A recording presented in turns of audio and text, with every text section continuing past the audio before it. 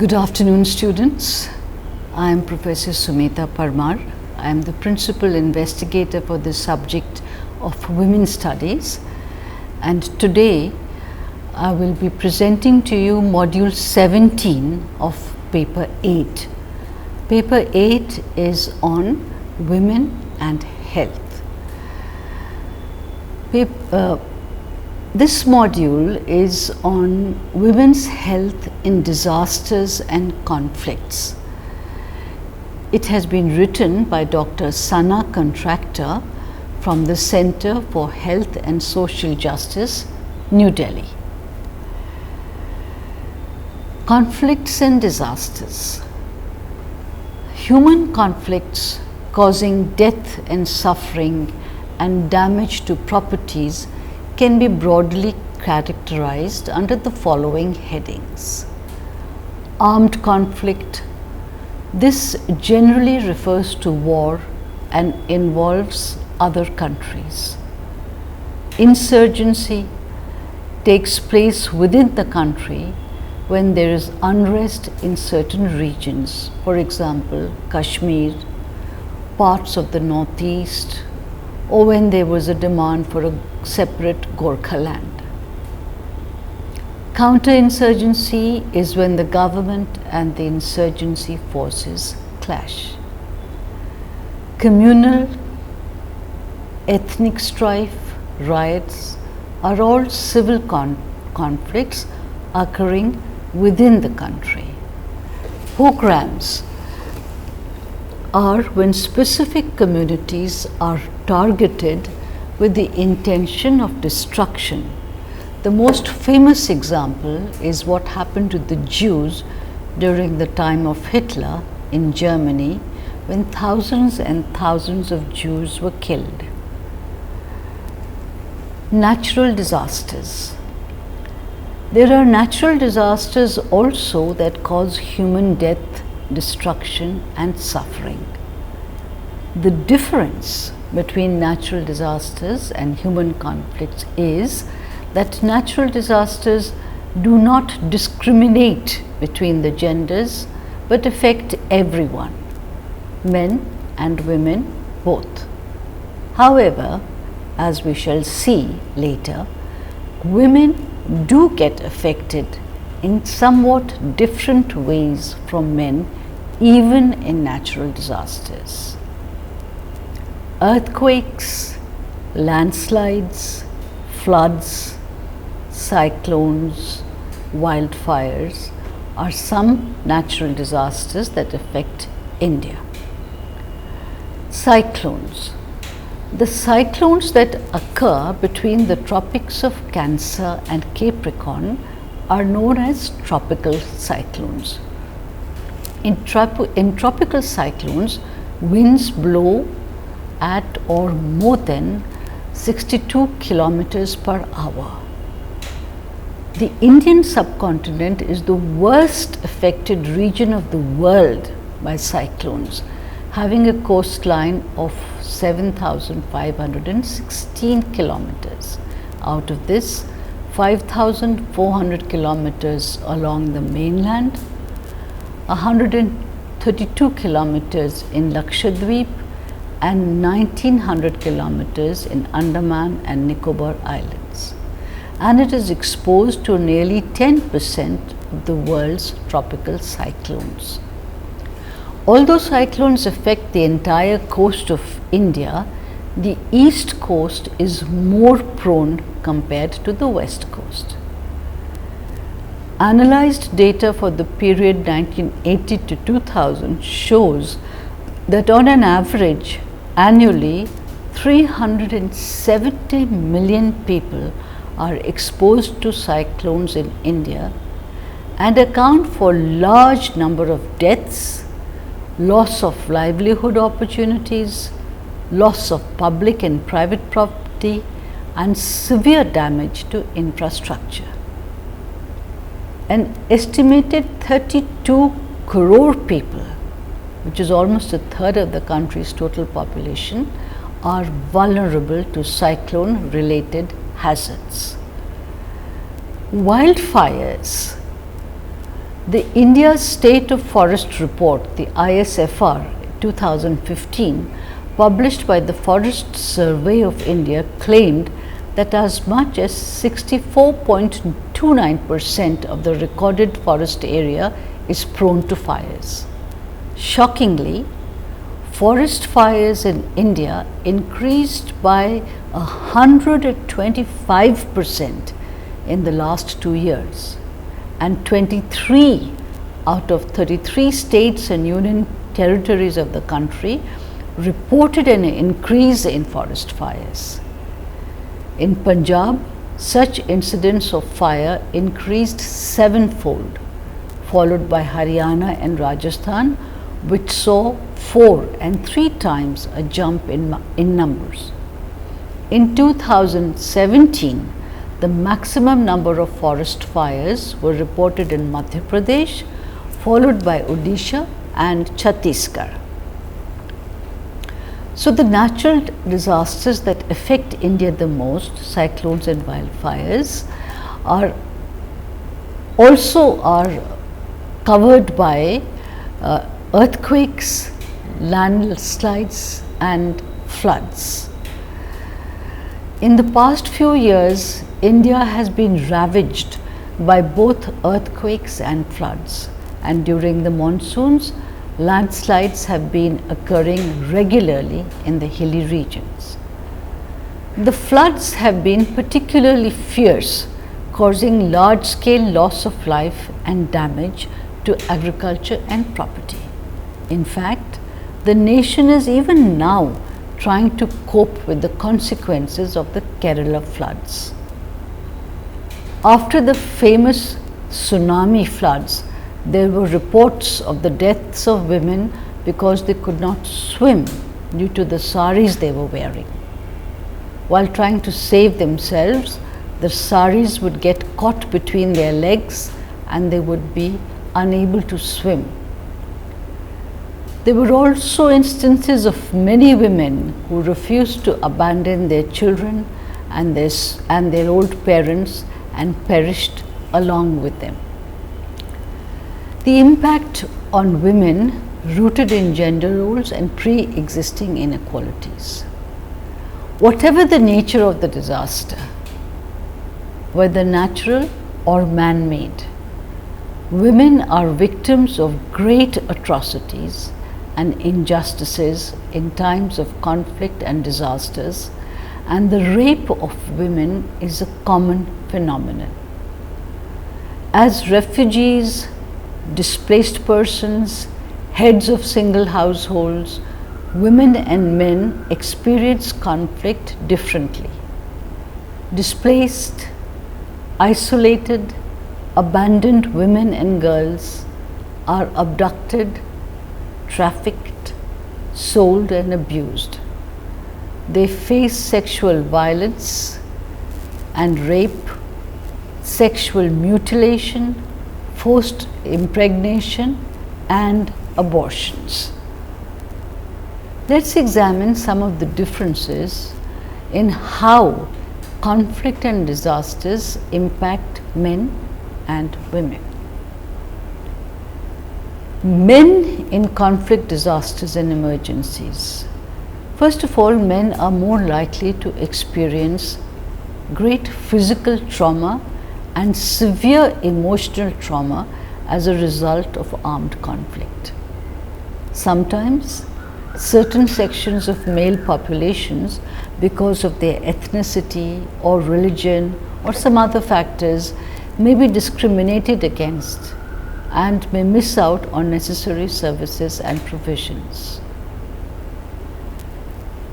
When men travel away from their homes without the support of their families and communities, they often become independent, responsible for their own cooking and cleaning. On the other hand, some of the advantages that men usually have are that men have more freedom to travel and they have more access to information about an emergency that might happen or an emergency situation due to their mobility, their better language skills and their access to radio and television. Men are usually put in charge of decisions about how and when services will be provided. Women, on the other hand, in conflicts, disasters and emergencies, have the advantage in that they are usually the primary group to receive emergency food and services. But the disadvantages are that women are more likely to rely on information by word of mouth due to lack of literacy, limited access to TV and radio, and the inability to travel outside the community. This leads to the risk that they will be exposed to distorted messages about an emergency. The information could also be exaggerated or even incorrect. Women are likely to experience trauma because of lack of security and sexual and physical violence. Although women are generally responsible for feeding and caring of family members, they have little say in the planning of emergency or disaster preparedness programs.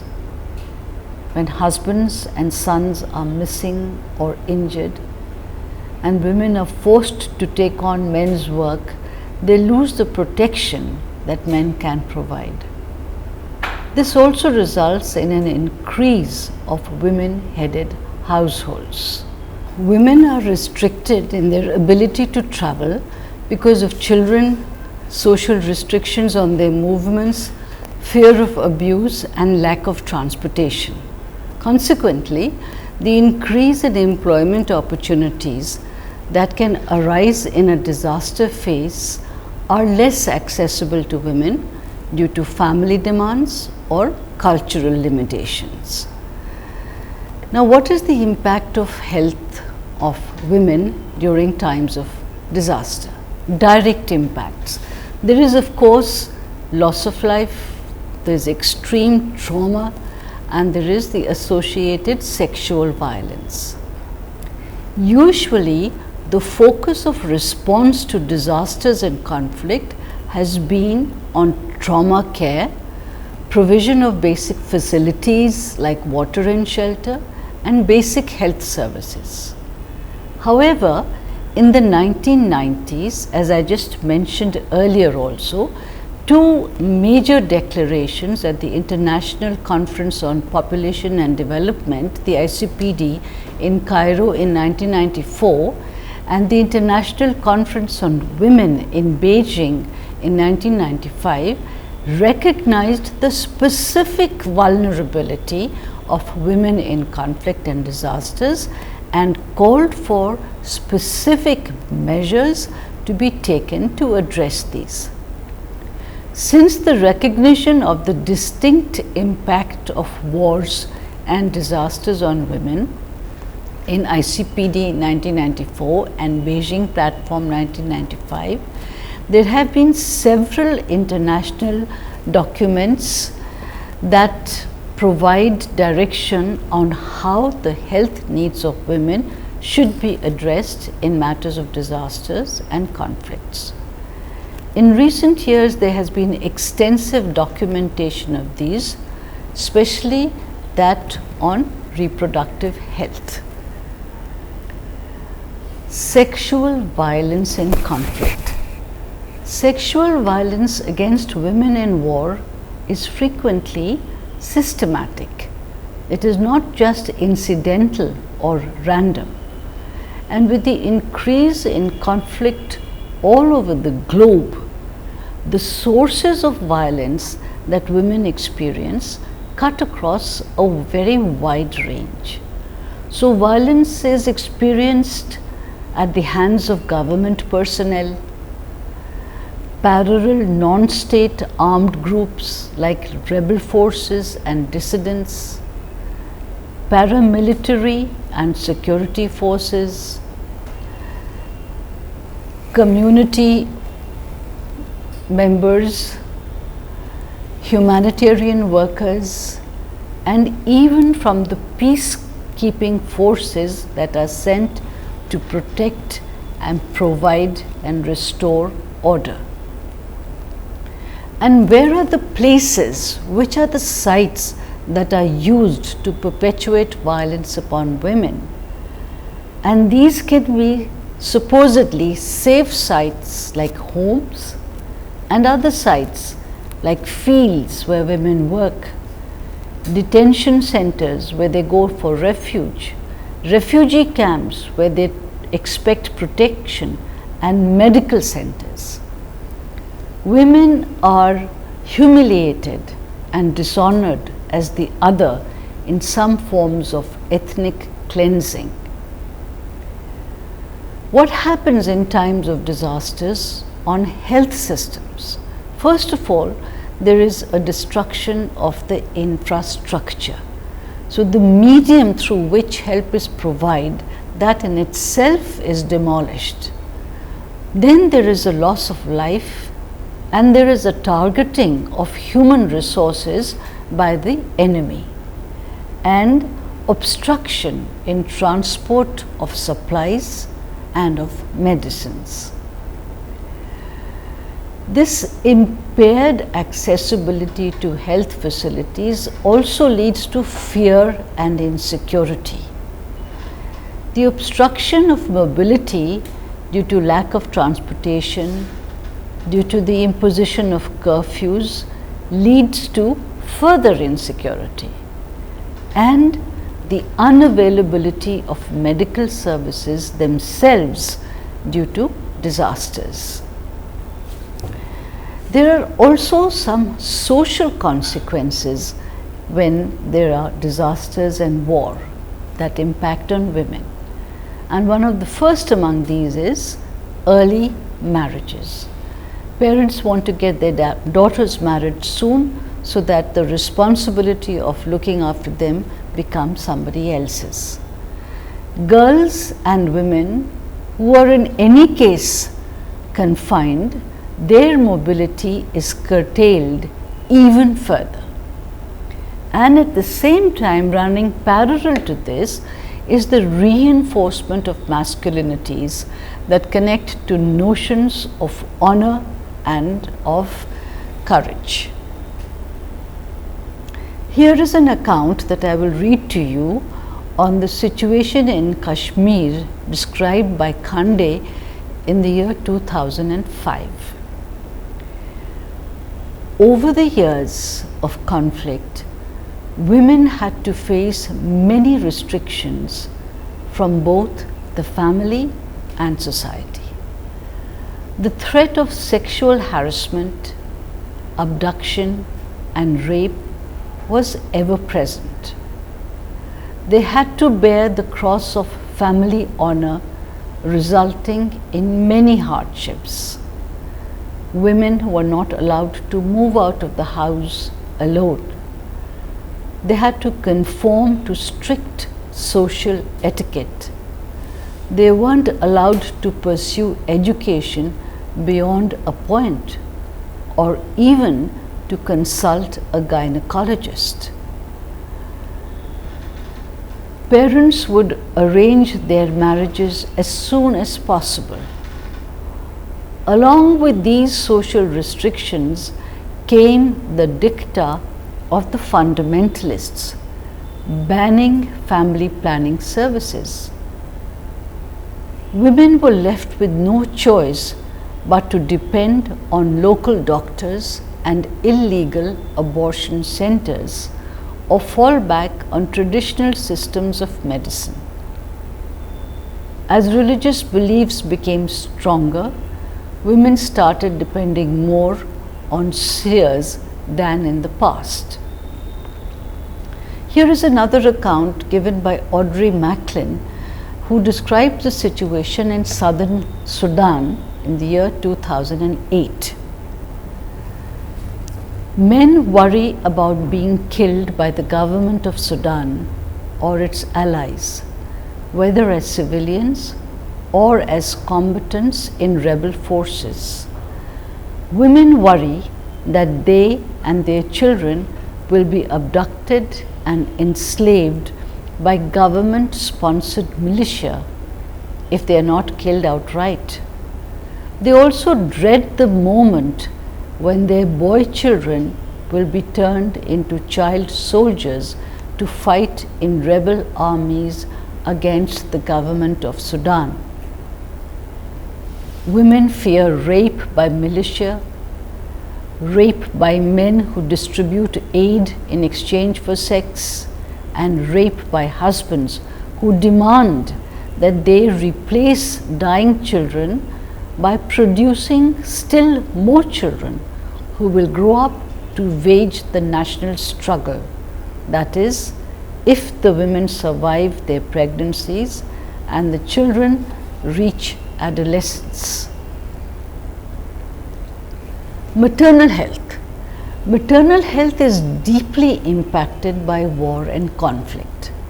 High maternal mortality is related to vulnerability caused by displacement and the lack of access to medical care. There is plenty of evidence that indicates the increase of high perinatal mortality, stillbirths, birth abnormalities, and spontaneous abortions during these times. Besides poor access to emergency care, lack of skilled personnel, social factors like early marriage also affect maternal health. Unsafe abortions account for 22 to 25% of maternal deaths in disaster situations. Fertility and family planning. Fertility is known to both increase and decrease in post-conflict and post-disaster situations. Why does fertility increase? Increase in fertility may be attributed to the need to replace lost children or lack of access to contraceptives due to displacement. And decreased fertility may be due to stress of displacement, and in some situation where contraceptive use was not high to begin with, the provisions of such services and camps in host countries may reduce births. RTIs and STIs. Increased prevalence and spread of RTIs, which is reproductive tract infections, and STIs, sexually transmitted infections. These may be a result of 1. Sexual violence, of trafficking, of commercial sex work, the prospect of making money by exploiting the helplessness and the vulnerability of others is unfortunately a common human characteristic. And making money from the bodies of women in war is as old as human civilization. Poor hygiene conditions in camps, often the deplorable and unsanitary conditions in refugee camps, account for the increase in RTIs and STIs. Social conditioning, shame, and concepts of family honor often prevent women from seeking medical help, sometimes even when it is accessible. Mental health is another area which is very highly impacted by war and disaster. War, conflict, and disasters subject populations to high levels of stress due to loss of life, livelihood, sense of insecurity, and uncertainty about the future. This is bound to have an impact on their mental health, which has been documented extensively in literature. In the Indian context, there are fairly limited studies on the impact of conflict and disasters on mental health. One study conducted after the tsunami recorded high levels of post-traumatic stress disorder, commonly known as PTSD, among victims of the disaster. It is significant to note that the study found that the odds of having PTSD were much higher for women as compared to men. Thus, we can see that the relationship between disasters, war, and mental health is documented and established. There is a high exposure to traumatic events, including sexual violence, and not only PTSD, post-traumatic stress disorder, but various kinds of psychological distress, suicide and suicide attempts, major depressive disorders, all form a part of the results of the exposure to war and disasters. In addition to all of the above, a woman's situation is complicated by the added dimension of sexual violence. Studies have extensively documented the impact of sexual violence in conflict on women's mental health. For instance, one study from Liberia found that men and women combatants who experienced sexual violence had a higher prevalence of PTSD, suicidal tendencies, and depression. Another study conducted in 2010 found a higher prevalence of major depressive disorders, suicide attempts, and PTSD among both men and women who had experienced sexual violence. Recognizing this impact, guidelines too have been given for providing psychological support services to men and women in armed conflict. So students, this module has given you a brief account of how and in what ways women are impacted by conflict and disasters, and what are the direct consequences on their health. As you will read more, you will begin to understand the complexities of the issues involved and see how these problems are being addressed. Thank you.